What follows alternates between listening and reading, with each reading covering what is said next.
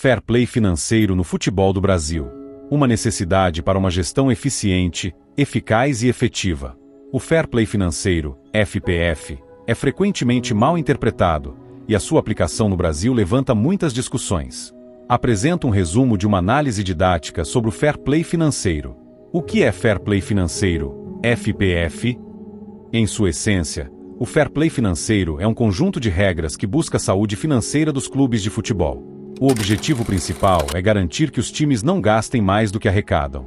Em outras palavras, é um pare e pense financeiro que impede a farra de gastos irresponsáveis, visando um ambiente competitivo mais justo e sustentável. No cenário europeu, a UEFA, União das Federações Europeias de Futebol, implementou o fair play financeiro para evitar que os clubes entrassem em dívidas gigantescas. O objetivo era claro: o clube precisa equilibrar as contas, ou seja, as receitas, venda de jogadores, bilheteria, direitos de transmissão, patrocínios, etc., devem ser suficientes para cobrir as despesas, salários, transferências, manutenção do clube, etc. A realidade do fair play financeiro no futebol brasileiro. No Brasil, a situação é mais complicada e, por isso, a aplicação de uma regra como essa gera tanta confusão. Ao contrário da Europa, onde a maioria dos clubes já tem uma estrutura financeira mais sólida, o futebol brasileiro ainda lida com gestões pouco, ou nada, profissionais e um histórico de dívidas enormes. Uma lei de fair play financeiro no Brasil não seria apenas sobre equilibrar as contas, mas também sobre obrigar os clubes a honrarem seus compromissos financeiros. Imagine que um clube contrata um jogador por 20 milhões de reais, mas não tem dinheiro para pagar. Com uma lei de fair play financeiro, esse tipo de transação irresponsável seria severamente punido. O não pagamento de salários, de impostos e de outros encargos também entraria na lista de infrações. Esse jogador não poderia jogar pelo clube mal pagador, e essa dívida, por justiça, impediria tal clube de fazer outras contratações, até quitar a dívida, e receberia punições dentro dos campeonatos que estiver disputando. Trocando em miúdos, se o clube arrecadar 300 milhões de reais, só poderá usar 40%, ou seja, só pode usar 120 milhões de reais para contratar, no ano. Acima disso, o clube sofre punições fora e dentro do campo. Isso é a lei de fair play financeiro. Os clubes que mais se beneficiariam seriam justamente aqueles com uma gestão financeira mais séria.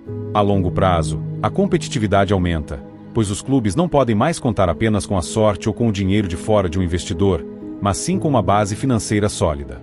Pois ou os clubes implementam gestões profissional e probas, ou os clubes irão à falência desportiva e financeira. O erro de pensar que o fair play financeiro prejudica o Flamengo. Muitos dirigentes e torcedores de outros clubes acham que o fair play financeiro vai prejudicar o Flamengo porque ele é o clube com a maior receita do Brasil. A lógica é, se o Flamengo gasta muito, o fair play financeiro vai limitar os gastos dele. Porém, se ele arrecada 1,7 a 2 bilhões, ele poderá usar entre 680 a 800 milhões para contratar, segundo uma lei de fair play financeiro. Portanto, o raciocínio está invertido. O fair play financeiro não é uma regra para limitar gastos, mas para limitar os gastos em relação às receitas.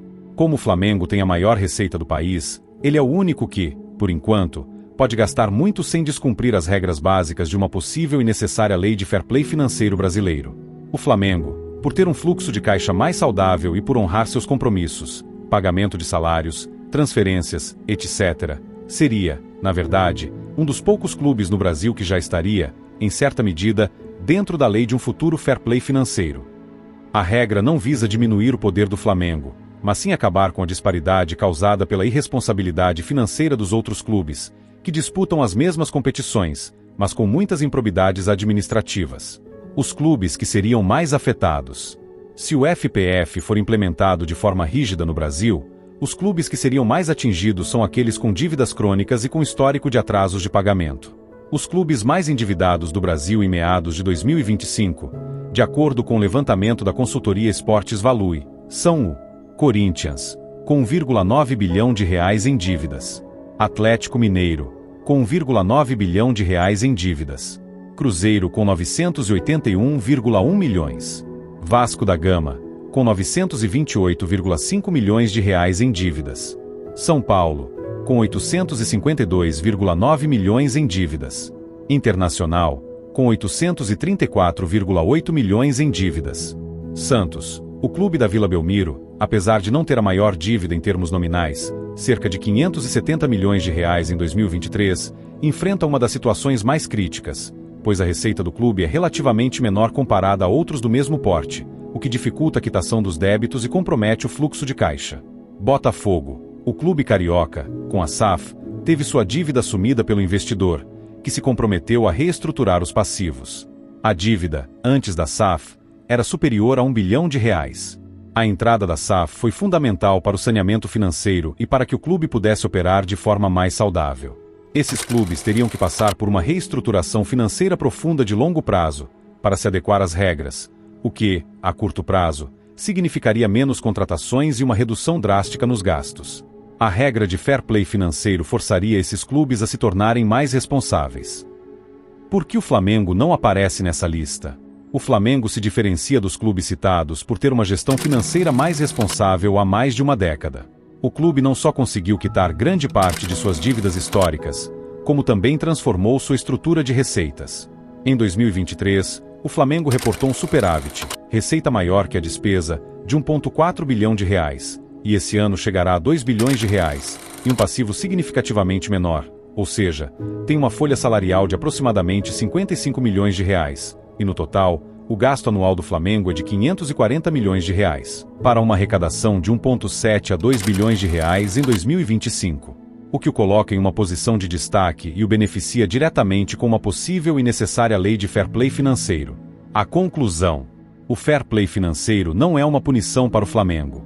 Pelo contrário, é uma ferramenta que busca a equidade e a sustentabilidade no futebol brasileiro, forçando os clubes a se profissionalizarem financeiramente. Pois se continuar assim, de fato, a futura e necessária Liga de Futebol terá muito menos times, como aqueles mencionados aqui.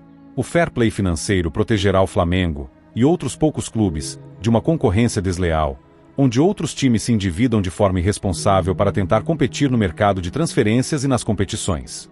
Com o fair play financeiro, a capacidade de investimento estará diretamente ligada à capacidade de receita, e nesse cenário, o Flamengo sai na frente por já ter uma gestão organizada e profissional, por ser o clube mais rico do continente, segundo o Deloitte Football Money League, e estar entre os 25 clubes mais ricos do mundo.